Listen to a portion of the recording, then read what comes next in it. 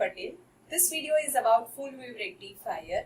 In the previous video of this subject, I had discussed about the rectification process. We had seen the classification for the rectifier, and in that we had seen there are basically two types of rectifier, half wave rectifier and the full wave rectifier. So half wave rectifier we had already seen in the previous video. Now we will begin with the full wave rectifier.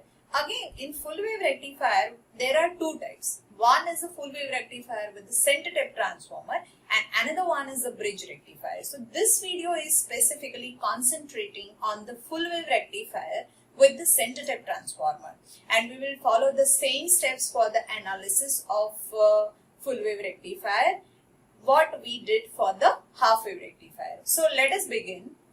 You already know that the rectifier is the electronic circuit which converts the alternating signal into the pulsating DC.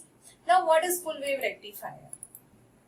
A rectifier circuit that rectifies both positive and negative half cycle of the input signal is the full wave rectifier, and here we are getting the output for both positive and negative half cycle, and it basically converts the alternating signal into the pulsating DC. So you can see on screen in the figure that the input signal which we are giving to the rectifier is sinusoidal signal, for example. Then at the output we are getting the pulsating DC, and this DC voltage we are getting for both the half cycle, that is for the positive half cycle from 0 to pi as well as for the negative half cycle, that is from pi to 2 pi. Now we will see the circuit diagram for the full wave rectifier.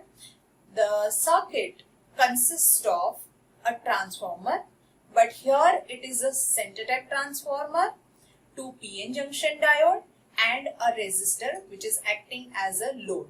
Now what is a center tap transformer? It has the normal primary as we had seen in the previous video, but at the secondary a tapping is taken from the center of the secondary winding which divides the secondary winding into two parts. One is the upper half of the secondary winding and another is the lower half of the secondary winding. So this is why it is called the center tap transformer. And you can see in the figure that input is applied to the primary, and that is the sinusoidal signal, and output of the full wave rectifier is taken across the load, and that you are getting the pulsating DC. Now we will do the analysis of full wave rectifier. We will analyze what happens during the positive half cycle and negative half cycle. So let us see the working of full wave rectifier for the positive half cycle. You can see in the figure, the input to the primary is the positive half cycle, or rather only positive half cycle is shown right now. And due to this applied voltage, the polarity of the voltage which is appearing on the secondary is shown in the figure. And due to this polarity, the diode D1 is in the forward bias and diode D2 is in the reverse bias. You can see the anode of the diode D1 is connected to the positive polarity of the supply at the secondary, and the anode of D2 is connected to the negative polarity of the supply at the secondary. And due to this, the current on the secondary is flowing through the upper half only, because D1 is in the forward bias. That's why the current flows through the upper half of the secondary winding, through the D1 and through the resistor, and this way the current is flowing through the resistor load, and we are taking the output across the load. And you can see in the figure that as the input signal is increasing, output signal follows the same as the input signal. Now we will see the working of full wave rectifier for the negative half cycle. You can see in the figure, at the primary of the transformer, the negative half cycle of the input signal is shown. When this negative half cycle voltage is applied to the primary, the polarity of the voltage which is appearing on the secondary is as shown in the figure. And due to this polarity at the secondary, diode D1 is in the reverse bias, so it acts as an open circuit, and the diode D2 is in the forward bias, so it acts as a closed circuit. That's why the current is only flowing through the lower half of the secondary winding, through the diode D2 and through the load. That's why the current flows in the lower half of the secondary only, and we are getting the output across the load.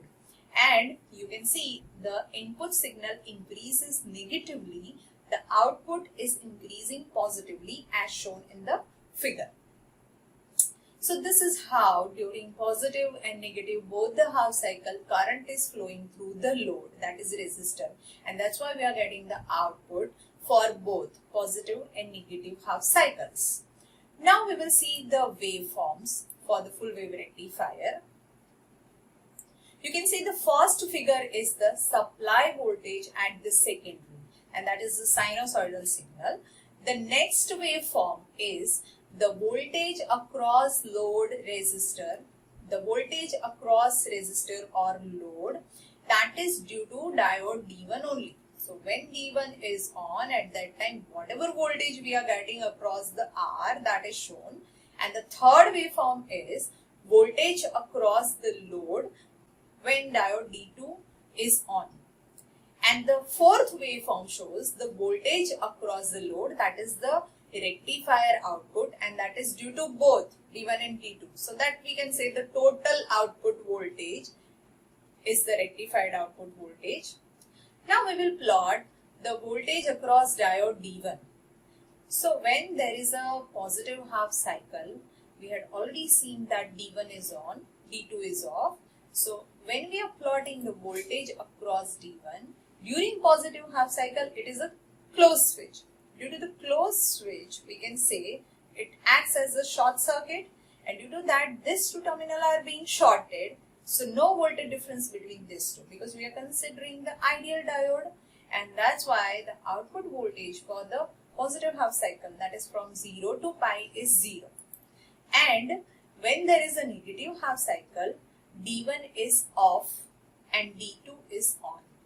As D1 is off, that means it is acting as an open switch, and whatever voltage across the D1 is the voltage at the secondary, or rather upper half of the secondary, and that is shown in the figure. So this is the voltage across diode D1. Similarly, you can plot the voltage across diode D2 also. Now we will do the calculation for the DC, or the average value of the voltage. For that, we will analyze the output voltage signal. You can see the signal which is from 0 to pi is the sinusoidal signal. So output voltage is given by Vm sin omega t, and the same signal is being repeated. The signal which is lying from 0 to pi is being repeated. So the portion which is from 0 to pi is used to find out the average value, because this portion is being repeated in the output voltage waveform.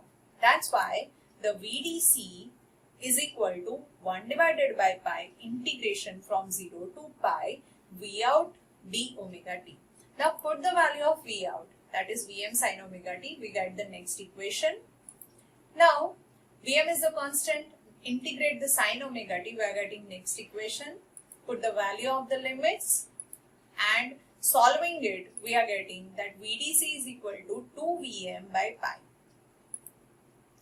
Now we will find out the DC, or average value of the current, and we will follow the same steps. We will analyze the output current signal. Again, it's a sinusoidal signal.